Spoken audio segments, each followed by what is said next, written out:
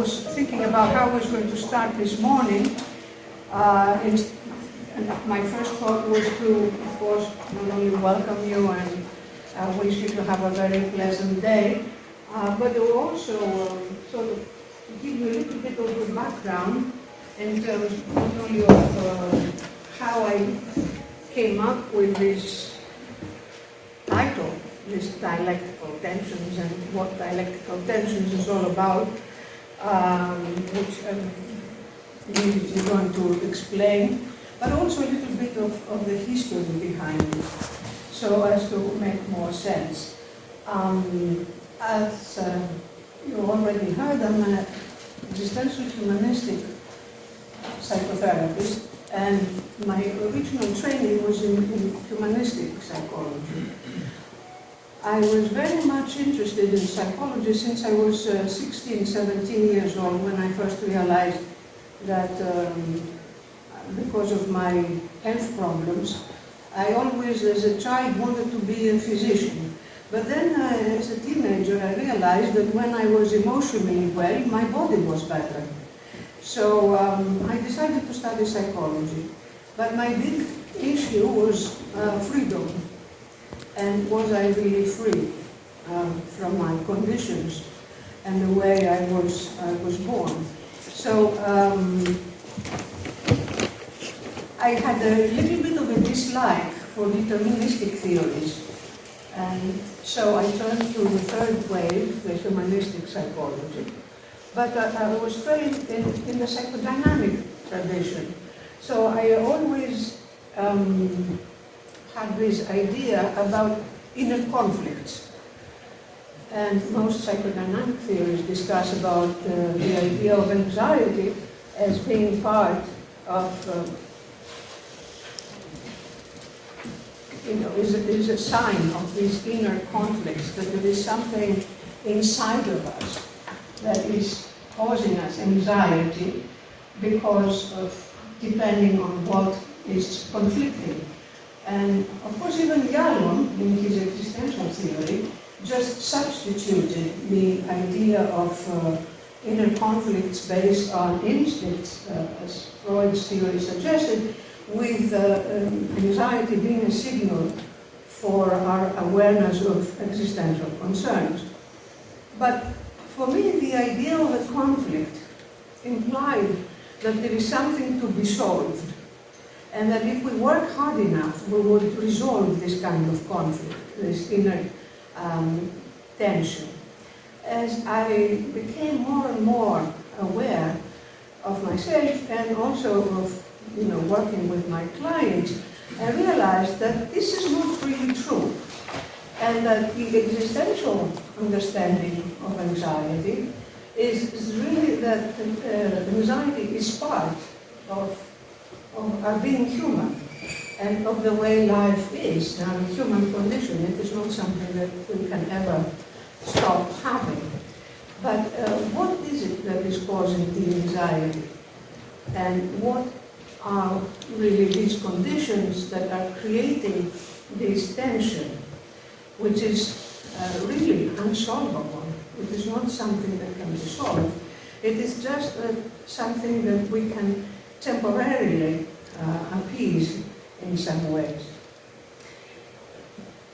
So, dialectical tensions are a way to understand anxiety existentially as part of our living with dilemmas that can never be fully resolved. And these dilemmas are continuously negotiated throughout life, and psychotherapy, of course, can really help us to explore and temporarily take a stance towards these dialectical tensions. And I emphasize the term temporarily because we temporarily sort of take a stance to where we stand in these dilemmas. And as circumstances change, or as we change, as we develop, as we grow, our position in these dilemmas constantly is renegotiated and is changed. Oops, what did I do? I pressed something wrong. Okay. Okay. So, going back to how this sort of idea was created, I would say that again, since I was very young and I was studying my first degree, I was very much interested in developmental psychology. And I was trying to really understand how we evolve and develop and what are really the conditions that have led us to be who we are today. So in my effort really to understand, first of all, my history and my background, I went on to combine a number of just developmental theories. Of course, later on, I came across Heidegger when I came back to Europe and I started to study existential therapy from a more phenomenological perspective, from the more European perspective. That until I came back to Europe, I was more influenced, as I said, by the humanistic existential approach. And Heidegger talks about our being in time, of course, and that we are historical beings. So that gave me the idea that I was not on the wrong path when I tried to figure out how our development can really influence and understand the way we are today. And it's very interesting because in the Second World Congress, here in Vienna again, I had the opportunity to present for the first time this concept of the DNA of the soul that I was working on as a student and later on when I started my career in the early 30s, in my early 30s. Now I'm in my mid-60s. So I've been working on it for almost 40 years, and it has been continuously evolving and changing. But first time I presented it was here in Vienna in 2002, and then I published something that has been, again, continuously changing. Now, what is this DNA of the soul? Or as I would later call it, or one can call it psychological DNA or psychic DNA, very much like biological DNA. The idea is that this, of course, title is an allegory for ingraining in our functioning of our lived experiences throughout life. I very often had, when I started my own psychotherapy and when I was working with my first clients, that everything was in our skin. And that's why change is so difficult, because all of our lived experiences are ingrained, are in our skin. It is basically who we are. It's not something that we can ever get rid of. And this is again something that was very important, because a lot of people come to psychotherapy and say, oh, I wish I could forget all of that, or I wish I could get rid of all of that. But unfortunately, or fortunately, I'm not sure anymore, we cannot get rid of our history. We are our history. So the DNA of the soul is really an allegory using the idea of the biological DNA for a psychological DNA, for something that we have inherited throughout our upbringing. Through this synthesis of different developmental theories. So I tried to combine as many theories as I knew at the time, Baldwin, Mahler, Winnicott, Freud, Erikson, because as I was reading them, I could see that they fitted well together. It is not either or kind of thing, but it is Baldwin and Mahler and Winnicott and Freud fiction, they all talk about the same thing basically from a little bit of a different point of view. So if you combine it, I thought, that would give us a very good understanding of our development. So I combined these developmental theories in an effort to understand how we grow, develop, and are influenced by social, environmental, and cultural experiences. It is a helix, of course. I used the DNA not only because of the name, but also the shape. And the shape is a helix, and a helix is a very important spiral that has a very spiral form, which for me, again, symbolically symbolizes our development, not as something that is linear in time, but we very often have this feeling of going round and round and round, and I again hear very often my clients saying, but I'm again dealing with my mother, and I'm again dealing with the same issues. And yes, we are dealing with the same issues again and again and again, but hopefully every time on a little different level of understanding and a little different way of being able to really make sense and incorporate or handle what has happened in our life. So it has the form of a helix in order to symbolize our development as a spiral rather than as a linear one. And it is also a double helix because, very interestingly, like we are discussing at this conference about the polarities, everything has two sides. It has the positive and the negative outcome. And we move between these two poles very often. Like, for example, in Erickson's psychosocial stages, we have trust versus mistrust. We are somewhere along the continuum, and we are continuously moving between our ability to trust and our mistrust towards ourselves and our others. And depending on our circumstances, this position changes in time.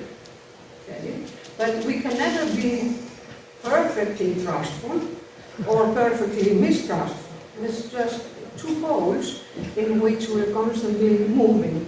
Same thing with autonomy and shame and doubt and all of the others that I will briefly discuss, these sort of dilemmas and these tensions that are created throughout life. So it is a helix and a double helix to really symbolize our struggle with developmental issues and existential dilemmas. So, integrating existential and developmental theories it really was an effort to use our understanding of human development with also our understanding of human and existential issues in order to help us with psychotherapy and with our life. And one of the things that has been increasingly more important and is being discussed all the more is about developmental trauma. So I want to spend just a few minutes about talking about developmental trauma because it really is related very much to our upbringing and what happens in our life early on. As Bessel van der Kolk in his book, The Body Keeps the Score, mentions is that developmental trauma is the most difficult trauma to deal with. Traumas that happen later in life are very important, true, but developmental traumas that happen early in life are the ones that usually are the most difficult ones. And where does trauma come from?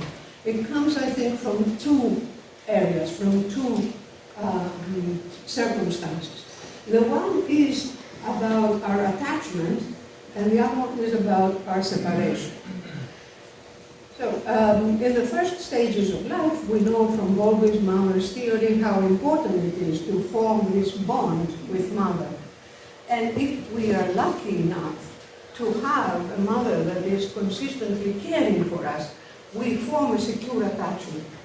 This secure attachment is something that is very important for making us feel safe. And this safety, I think, is what Erickson relates as trust. Right? We learn to trust others and hopefully also to trust ourselves and to trust life later on as a whole. But unfortunately, we're not also lucky to have mothers who are consistent and who are caring and giving their love, and what Winnicott calls a good enough mother, not a perfect mother, because there are no perfect people and there is no perfect childhood, but a good enough mother that will make us feel safe and secure. But then the big challenge is how this secure bond is going to be let go, how the mother is going to be able to make the transition from being so attached herself to the infant, is going to be able to slowly let go and allow for the infant to really mature and become his or her own self. So the second part of the trauma could be in the stage of separating, where a very difficult kind of separation very often leads to feelings of shame and doubt, and I very often have fear. Later on, after I had combined all of these theories, a sort of neuroscience came to really support Bowlby's theory about attachment and to also give us some more information about how the early bonding and attachment experiences build the networks of the social brain, but also provide for the building of the brain as a whole. So we now know that these early relationships play a very important role for how we are as human beings. And Dan Siegel is also writing, the early emotional regulation established by a mother-infant synchrony contributes to the organization and integration of neural networks and the eventual development of self-regulation in the child. And this is a very important idea, the ability to self-regulate, which is further explored by another Daniel Hill, in his very interesting book called Affect Regulation Theory, where he says, of course, that, as we all know, that affect is at the core of our being. It is a measure of our heart. It excites us and deflates us, connects and distances our relationships with others. When affect is regulated, we are at our best. Now, attachment patterns are related to affect regulation and self-state regulation. They affect both brain functioning and the autonomic nervous system that, of course, regulates our ups and downs. The sympathetic and parasympathetic system are being regulated when affect is regulated. We feel safe. So in conditions where we feel safe, we're calm. We're not, our affect is regulated and we are working at our best. But unfortunately, as we all know, life is full of crises. And the big question is, how do we deal with crisis and how easy it is for us to reach a new balance? Or are we so dysregulated that it takes a very long time for us to be able to find a new balance. So emotional health in many ways has to do with this ability to regulate our affect. And it appears that our affect regulation is very much related to early attachment patterns, but it can also be in many ways restored in later relationships. So that's where psychotherapy plays a very important role, because the establishment of a secure bond with the therapist is reparatory in that kind of way. But we as therapists need to be able to be self-regulated so that when something traumatic comes in, we are able to handle it in a way that is really helping our clients to learn how to regulate or to feel safe enough so that they can self-regulate.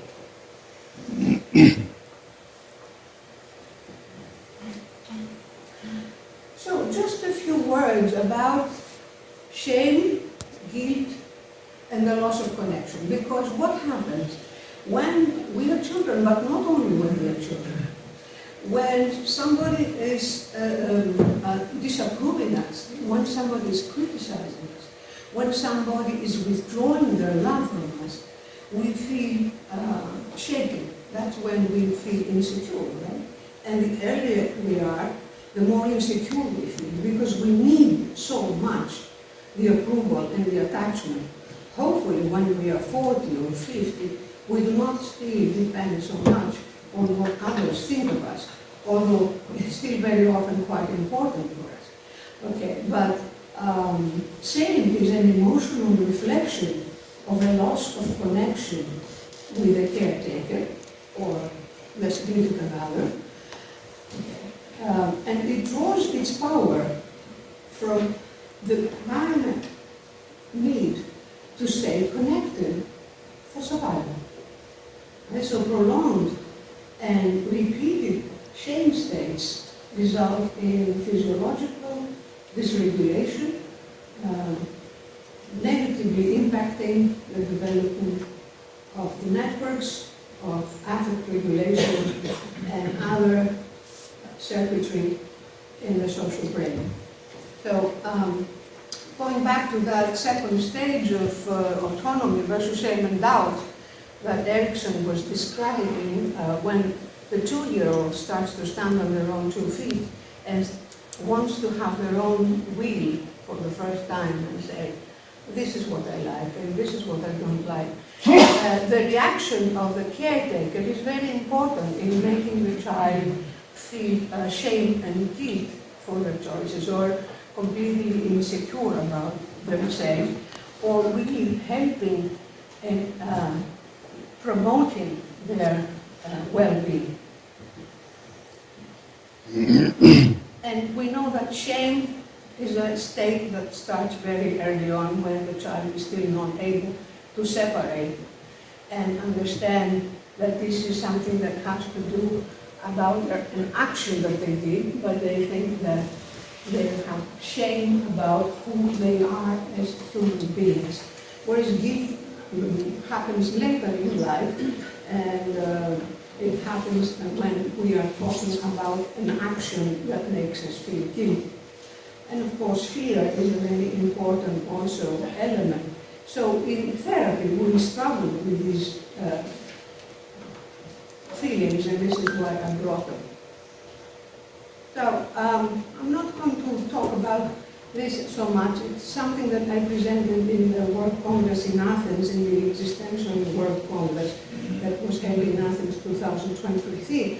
Because the question going back to freedom is, if we are situated in so many conditions that are not of our choice, where is our freedom?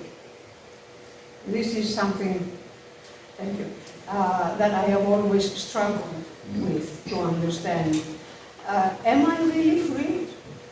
And the only temporary solution I have found is in this concept of authentic historicalness that Heidegger again suggests, that we make our history our own. This is who we are. All of this, everything that I have been describing in terms of our psychological DNA, is who we are. And at some point, we really need to make peace with who we are and what has really happened to us. So, authentic historicalness really has to do with choosing our faith, as Heidegger suggests, in making our history our own. So these basic developmental themes that I have been discussing, together with existential issues and concerns, create a dialectic between such antithetical forces as our need for stability and continuity, as in a secure attachment,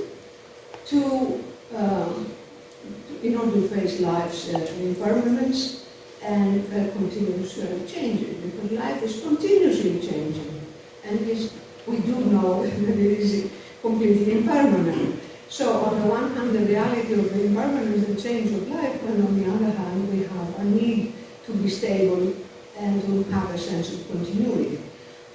Then we have a need and desire for connection, with also our need for separateness and individuation. We want to be separate, we want to be autonomous, we want to be ourselves.